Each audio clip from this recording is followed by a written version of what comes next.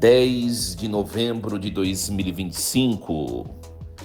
Nesta segunda-feira da 32ª semana do Tempo Comum, a Igreja celebra a memória de São Leão Magno, Papa e Doutor da Igreja.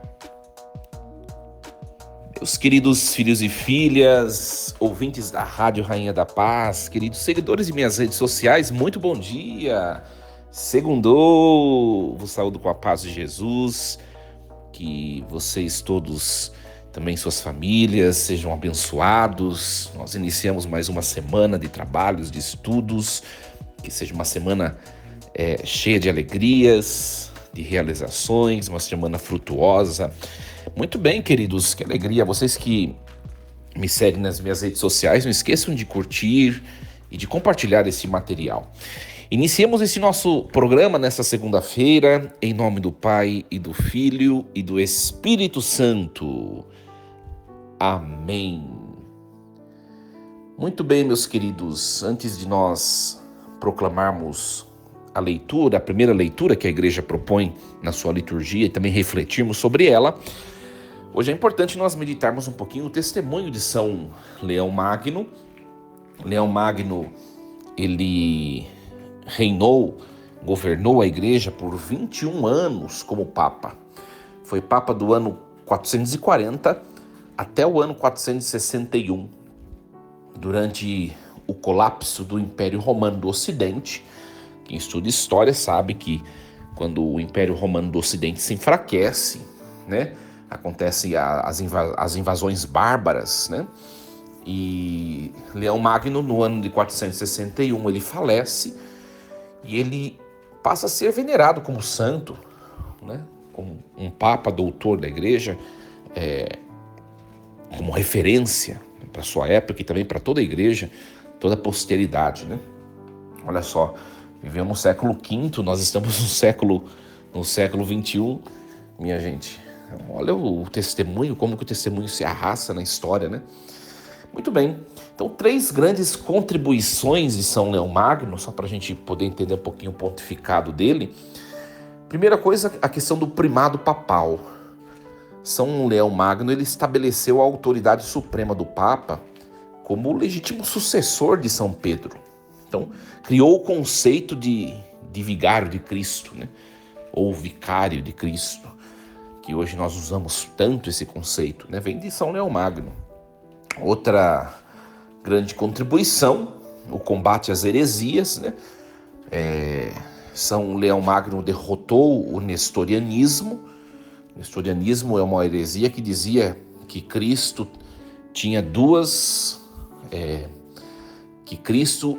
era constituído por 2 pessoas, né? Uma pessoa divina e uma pessoa humana. E é claro, nossa fé não diz isso. Nossa fé diz são 2 naturezas em uma única pessoa, que é a pessoa do Filho de Deus que se tornou homem. Uma pessoa, em 2 naturezas, humana e divina. Então, Nestório dizia que eram 2 pessoas diferentes. Então, o combate do nestorianismo também combateu o monofisismo. O monofisismo é uma heresia que afirmava que Cristo era apenas divino. A humanidade era insignificante e como que fosse sublimada pela divindade, né? Não, né? Uma pessoa divina, uma pessoa que é o Filho de Deus, 2 naturezas, humana e divina. Então depois nós temos o credo niceno-constantinopolitano, que vai ser reafirmado, né? Nós professamos esse credo até hoje, né? Então o Papa Leão, ele reafirmou a ortodoxia. Cristo tem 2 naturezas e uma única pessoa.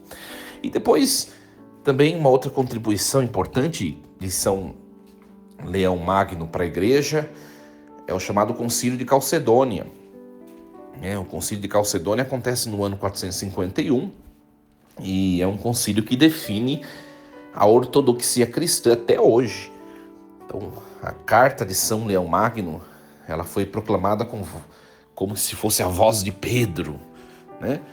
Os bispos exclamaram: Petro locutus est leonis. Fez falar Pedro através de leão.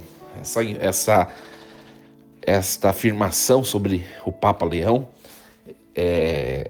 ela permaneceu na história ao longo de todos os séculos até hoje, né?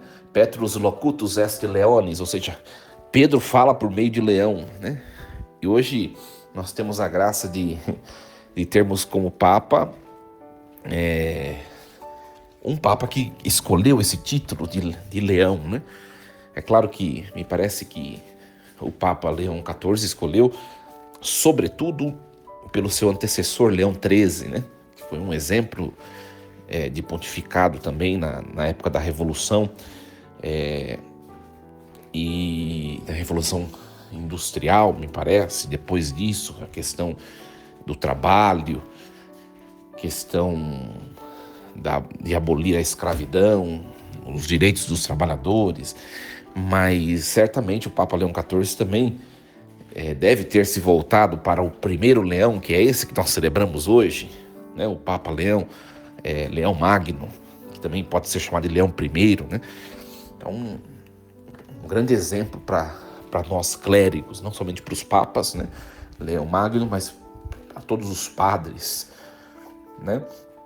E depois o Papa Leão Magno deixou, inclusive, gente, esse título Magno, que também pode ser substituído por O Grande, né? Leão O Grande ou Leão Magno. Esse título não é dado a qualquer santo, não. É dado a um santo que tenha sido, na sua época, um majestoso, né, em termos de conhecimento e de legado. Ou seja, um santo que foi muito importante para a sua época. Nós temos o Leão Magno, nós temos o Gregório Magno, né? Agora me fugiu se tem mais algum. Enfim, esse título Magno ou Grande, né? E ele deixou um legado na teologia cristológica, deixou a base de toda a fé cristã ortodoxa que permanece válida. Um legado também de governo eclesial, deixou um modelo papal de autoridade que persiste até hoje. E uma obra preservada, né? Não sei se você já leu alguma obra de Leão Magno, inclusive é disponível na internet. São 98 sermões, homilias, né? Naquele tempo dizia-se sermões, 143 cartas que fundamentam a doutrina eclesial. Então, Magno, como eu já disse, raramente papas recebem esse título, né? Ele resolveu as maiores crises teológicas da sua época, estabeleceu a autoridade papal de forma definitiva e teórica. Então, hoje, peçamos a sua intercessão e rezemos hoje pela intercessão de São Leão Magno, Papa e Doutor da Igreja, pelo nosso sumo pontífice atual, o Papa Leão XIV, que tem governado a Igreja com muita sabedoria, gente, né? A cada palavra que sai da boca daquele homem, nós nos encantamos cada vez mais. Um exemplo de moderação, um exemplo de prudência, um exemplo também de ortodoxia, né? Um exemplo de defesa da verdade. Então, rezemos pelo nosso Papa, que Deus dê muita saúde e nessa dinâmica que ele tem governado a Igreja, que ele possa continuar a governar na fidelidade a Cristo e ao magistério da Igreja. Muito bem, queridos. Então, tendo falado sobre o santo que hoje nós celebramos, o grande Leão I, agora nós vamos proclamar a palavra de hoje. E hoje, agora nós encerramos no sábado o livro, a carta aos Romanos, né? Nós ficamos lendo a carta aos Romanos por várias semanas. E agora nós vamos começar hoje, voltando para o Antigo Testamento, em comunhão com a Igreja, o livro da sabedoria, né? Eu não sei vocês, mas eu tenho uma paixão grande pela Bíblia e, sobremaneira, pelos textos do Antigo Testamento, o desejo de conhecer, o desejo de aprender, né? Outrora, antigamente, eu tinha um pouco de medo do Antigo Testamento, né? E quando a gente vai enfrentando a Bíblia, claro, sempre acompanhando à luz da interpretação da igreja, senão a gente vira protestante, né? Então, quando a gente enfrenta o texto, enfrenta a Bíblia, a gente vai se apaixonando, sobretudo pelos textos do Antigo Testamento, que são mais difíceis, né, gente? Então, hoje vamos iniciar esse novo texto em comunhão com a liturgia da igreja. Início do livro da sabedoria, capítulo 1, versículos do 1 ao 7. Amai a justiça, vós que governais a terra. Tende bons sentimentos para com o Senhor e procurai-o com simplicidade de coração. Ele se deixa encontrar pelos que não exigem provas e se manifesta aos que nele confiam. Pois os pensamentos perversos afastam de Deus e seu poder posto à prova confunde os insensatos. A sabedoria não entra numa alma que trama o mal, nem mora num corpo sujeito ao pecado. O Espírito Santo que a ensina foge da astúcia, afasta-se dos pensamentos insensatos e retrai-se quando sobrevém a injustiça. Com efeito, a sabedoria é o Espírito que ama os homens, mas não deixa sem castigo quem blasfema com seus próprios lábios. Pois Deus é testemunha dos seus pensamentos, investiga seu coração segundo a verdade e mantém-se à escuta da sua língua. Porque o Espírito do Senhor enche toda a terra, mantém unidas todas as coisas e tem conhecimento de tudo o que se diz. Palavra do Senhor. Graças a Deus. Muito bem, meus queridos. O livro da sabedoria, chamado no latim Liber Sapientiae, é um livro sapiencial do Antigo Testamento, provavelmente escrito entre os séculos II e I a.C., em Alexandria, no Egito, e o autor desse texto provavelmente é um judeu helenista, tá? Por que é um judeu helenista? No século II nós estávamos na fase do Império Grego, né? Não sei se vocês sabem que na história teve vários impérios que acompanharam a vida do povo de Israel, né? A Síria, depois a Babilônia, depois a Pérsia, depois da Pérsia o Império Grego, né? E então os judeus que viviam nessa época eram chamados de judeus helenistas, tá? Embora é atribuído tradicionalmente a Salomão, né? Muita gente que fala, inclusive a teologia, a exegese antiga, né? A teologia bíblica antiga dizia ser de Salomão, mas depois foi se verificar, foi se estudar que esse texto foi escrito depois do tempo de Salomão, tá? Então, quais as características do livro da sabedoria? Para a gente poder entender. Ele é escrito em grego, não é escrito em hebraico, tá?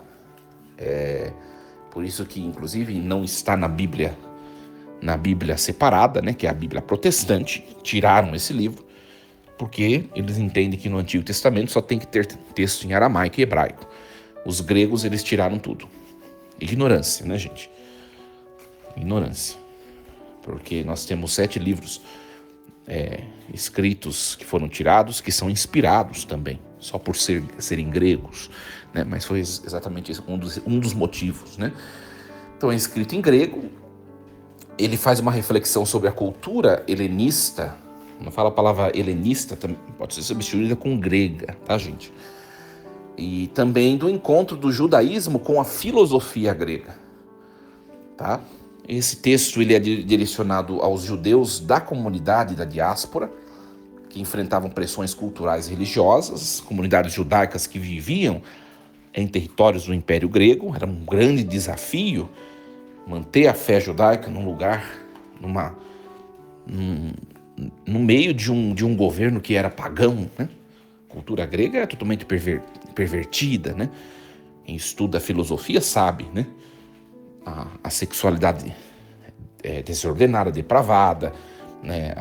A centralidade na razão humana, tudo que vai contra os princípios judaicos, né?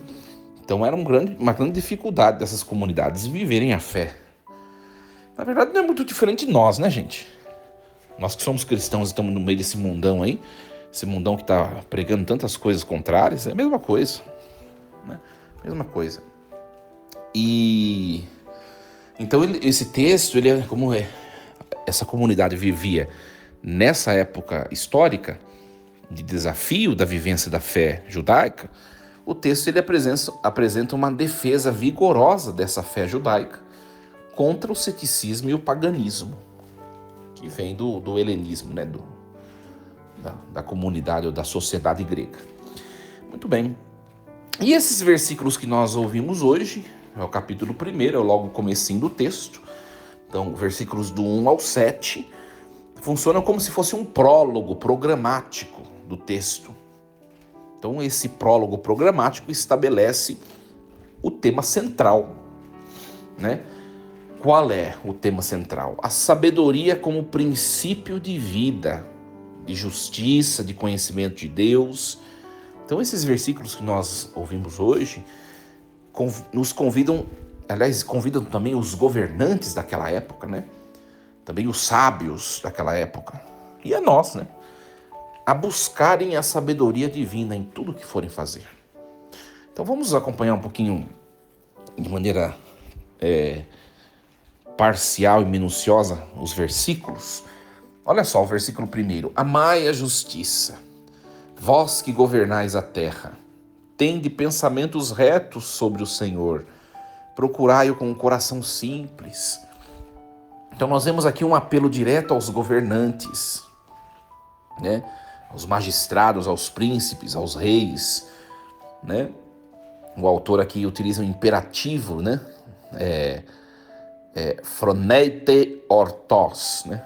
Pensai retamente, para convocar aquelas pessoas a reflexão sobre Deus de forma reta, sem distorções, né? Olha só, tende pensamentos retos sobre o Senhor.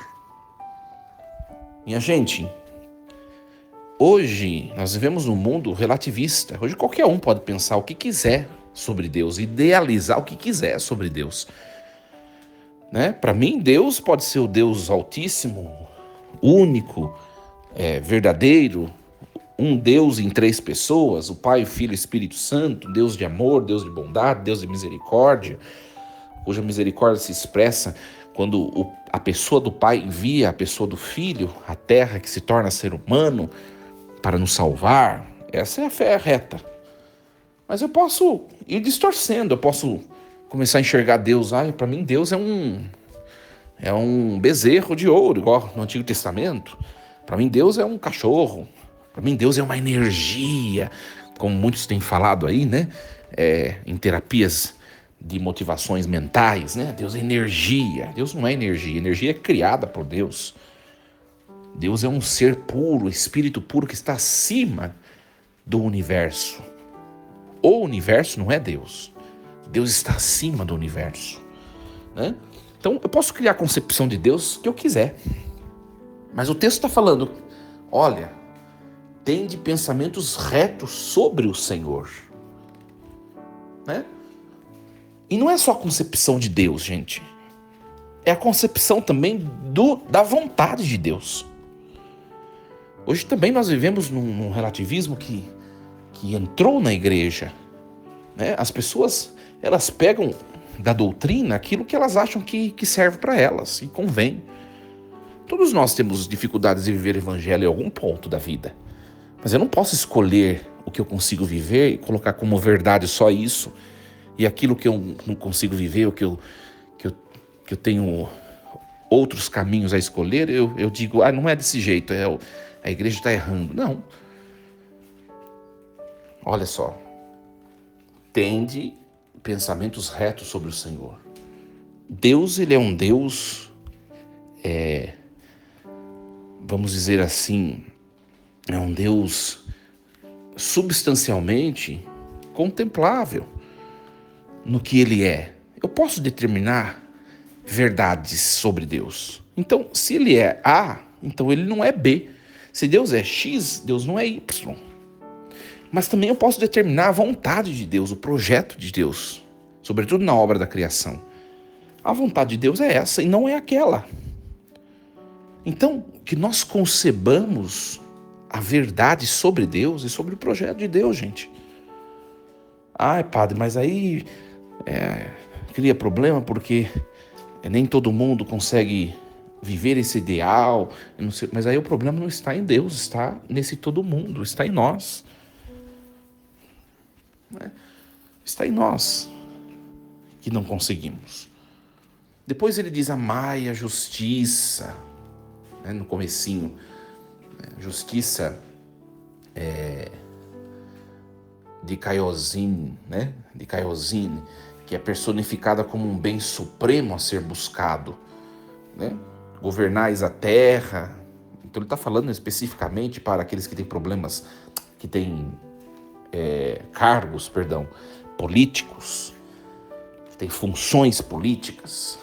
Governai a terra com justiça, pensamentos retos, coração simples, fidelidade, ausência de duplicidade, amai a justiça. Então, um texto muito bonito, a justiça, um ideal divino que nós devemos buscar. Então, para os líderes e as pessoas que em posição de autoridade, a justiça não é uma opção, mas é um mandato moral e espiritual que Deus entrega, está nesse texto. Quando eu assumo um posto de autoridade, seja político, ou seja, qualquer tipo de autoridade, por exemplo, eu sou sacerdote, eu sou padre, eu sou pároco, eu sou autoridade na minha paróquia. Você, pai, mãe, é autoridade na sua casa, você que é patrão, ou que é encarregado, ou que tem alguma função de destaque, você é autoridade naquele ambiente. Buscar a justiça. Governar exige pensamento claro, alinhado com os princípios divinos. A honestidade, a retidão, a fidelidade à vontade de Deus, as virtudes que Deus pede que nós tenhamos. Olha só, a gente vai percebendo que ser líder não é uma coisa tão simples assim, é exigente viver a vontade de Deus na liderança. Muito bem, no versículo 2 vai dizer assim, porque a sabedoria é um espírito amigo dos homens. A sabedoria como espírito, o pneuma, espírito que é o princípio vital, ou seja, minha gente, a sabedoria é o princípio, sem ela não há vida. A sabedoria como amiga dos homens, filantropos, o humanófila, ou seja, amiga dos homens. Ela procura o bem humano. Aí ele diz alguns termos, a sabedoria não deixará impune o blasfemo. Deus, ele testemunha, ele é testemunha de sentimentos, ou seja, há consequências para quem rejeita a sabedoria. A onisciência divina que penetra as motivações ocultas, ela age. Deus é observador do coração, cardia, coração, que é a sede da vontade e da intenção moral. Então a palavra blasfemo aqui, blasfemem, refere-se a quem fala contra Deus ou rejeita deliberadamente a sabedoria. No fundo, minha gente, a gente pode falar, mas não, eu sempre peço a sabedoria. Mas às vezes, quando nós, por exemplo, somos impetuosos e não rezamos, você vai tomar uma decisão, você vai lá e bate sua cabeça, né? Porque você não para, não pensa, não reza, não pede o dom de sabedoria. No fundo, nós ignoramos a sabedoria muitas vezes, nas cabeçadas da vida que nós damos. É ou não é verdade? Muito bem. Então, a sabedoria não é distante, também não é punitiva por natureza, mas ela é genuinamente amiga. Nós temos que ter consciência que nós temos um Deus que é amigo e Ele se rebaixa a nós para o nosso auxílio por meio desse dom da sabedoria, para que nós caminhemos em passos certos, seguros. Depois o versículo 3 e 4, porque o Espírito do Senhor enche o universo, Ele tudo mantém, conhece toda palavra que se profere, por isso ninguém poderá ocultar suas palavras iníquas, e a injustiça condenatória não o poupará. Então, o Espírito do Senhor enche o universo. Aqui o autor do livro da sabedoria está mostrando, está enfatizando a onipotência divina, né? A onipresença de Deus. Deus, Ele está em todos os lugares, está em tudo sem ser reduzido a tudo. Olha, quando eu digo que Deus está em tudo, eu não estou dizendo que Deus é tudo, tá, gente? Isso aí é panteísmo. Dizer que Deus é aquela planta é Deus, aquela árvore é Deus. Não, Deus não é tudo, Deus está em tudo, é diferente. A presença divina toca a presença da criação. E nada escapa desse toque. Nós somos tocados por Deus, gente. Bonito isso, né? Ele tudo mantém. Deus é o princípio coesivo da realidade. Não existe nada que se mantenha sem o pensar de Deus. Se nós estamos aqui hoje falando, vocês estão escutando, é porque Deus pensa em nós. Ninguém pode se ocultar dele. Ninguém escapa do conhecimento e do julgamento divino. Isso é importante, né? Tem muita gente por aí que vive como se não fosse haver o juízo. Não vai escapar. Crendo ou não em Deus, não vai escapar. Né? A justiça divina, ela opera inevitavelmente contra a injustiça.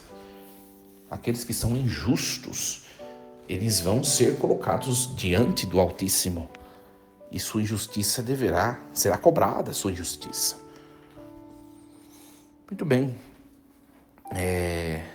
Então nós vemos que Deus conhece e toca todas as realidades, o Espírito enche o universo, né? Ou seja, gente, a gente não consegue esconder nada de Deus, né? Depois do versículo do 5 ao 7, portanto não preocupeis com a morte pela ilusão da vossa vida, né? Pois não procureis a morte pela ilusão da vossa vida, nem vos atraís pela obra das vossas próprias mãos, porque Deus não fez a morte, nem se alegra com a perdição dos viventes, pois tudo Ele criou para o ser. As criaturas do mundo são saudáveis, nelas não há veneno de morte, nem um inferno reina na terra, porque a justiça é imortal. Não procureis a morte, thanatos, do grego, né? Não como fim físico, mas espiritual, né? Pela ilusão de vossa vida, ou seja, as vidas que são construídas sobre se alicerçando na falsidade, né? Então, qual a aplicação da vida desse trecho, né? As pessoas em situação de desespero, de depressão, a morte, a destruição não é um propósito divino para você, para mim, para nós. As ilusões que levam à autodestruição, vício, ódio, desesperança, e essas coisas que são falsidades, né? Quem escolhe a justiça de Deus escolhe a vida imortal, ou seja, estar junto dele para toda a eternidade, né? Então, um texto muito bonito, as obras de vossas mãos, os ídolos materiais, né? Quando o texto fala obras de vossas mãos, os ídolos materiais, a corrupção, a opressão. Então, é muito bonito isso, né? A realidade criada é fundamentalmente boa. A gente tem que se convencer disso. O mundo que Deus nos entregou e no qual Deus nos colocou é um mundo genuinamente bom. As perversões humanas que são destrutivas, a gente tem que ter consciência disso, né? A gente tem consciência, porque às vezes nós começamos a enxergar as coisas, o mal em tudo, e até mesmo em Deus. E Deus é bom, tá? Então, gente, o tempo já se avançou, né? É um texto muito bonito, a gente fica refletindo, falando. Então vamos dar um fecho aqui, porque já avançamos no tempo, precisamos encerrar o programa. Mas olha só, a síntese dessa perícope de hoje é um manifesto sapiencial. Nos convida à busca a busca autêntica de Deus através da justiça. Então, o texto de hoje se dirige especialmente aos governantes. Governem como se fosse Deus a governar por você. Exerça sua função, o seu encargo, como se fosse Deus a fazer por você. Então, é um texto muito bonito, muito bonito. Essa perícope que nos confronta com uma pergunta fundamental: que vida nós escolhemos? A vida construída sobre a justiça, sobre a verdade, que flui da sabedoria de Deus, ou a vida baseada nas ilusões e nas obras injustas do mundo que levam à morte espiritual? As respostas que nós damos revela não apenas a nossa inteligência, mas a nossa fidelidade a Deus, a nossa participação na ordem criada por Deus. Então, reflitamos. Nós temos governado nossa história, nossa vida de que maneira? Você que é pai, mãe de família, você que é esposo, esposa, você que exerce qualquer cargo de autoridade. Será que você não tem vivido, né, distante da verdade que vem de Deus? Isso não quer dizer, minha gente, não termos falhas, viu? Mas quer dizer que nós precisamos ir olhando a pessoa divina e nos afeiçoando, né? Que Deus nos ajude a compreender essa palavra tão bonita de hoje. Queridos, vamos encerrar então. Desejo a vocês um excelente dia, com muita paz, saúde e também uma semana abençoada. Segundou. Força e coragem. Em nome do Pai, do Filho e do Espírito Santo. Amém. E lembremos-nos sempre, Deus está no comando de tudo.